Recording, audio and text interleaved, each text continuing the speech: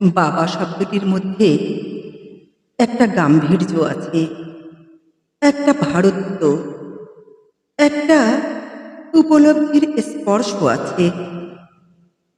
শব্দটির সঙ্গে অন্য শব্দের কোনো মিল নেই। শব্দটিকে ইচ্ছে করলে বাদ দেয়া যায় না।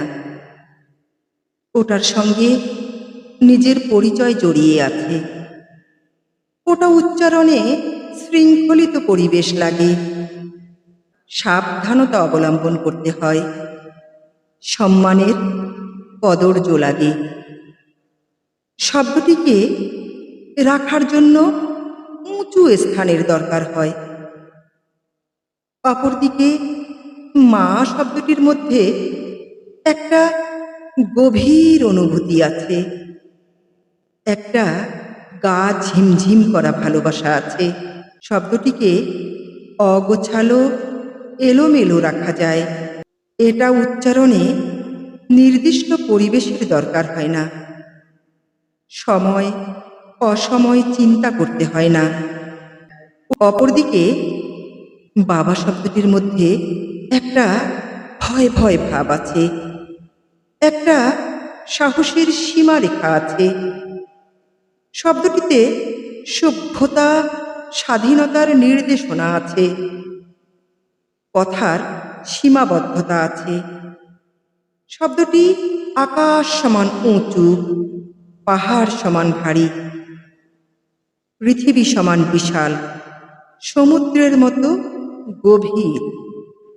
শব্দটিকে ইচ্ছে করলে যেখানে সেখানে ব্যবহার করা যায় না। শব্দটিকে গভীর শ্রদ্ধায় তুলে রাখতে হয় মাথার উপরে। অপরদিকে মা শব্দটি যত্র তত্র ঘুরঘুর করে। শব্দটি রান্নাঘরে, জলের গ্লাসে, অগোছানো ঘরদোরে, পড়ার টেবিলে, আসবাবপত্রে জড়িয়ে থাকে। শব্দটির সঙ্গে ক্ষুধার একটা সম্পর্ক আছে। শব্দটির সঙ্গে দুষ্টু মিষ্টি একটা বন্ধুত্ব আছে।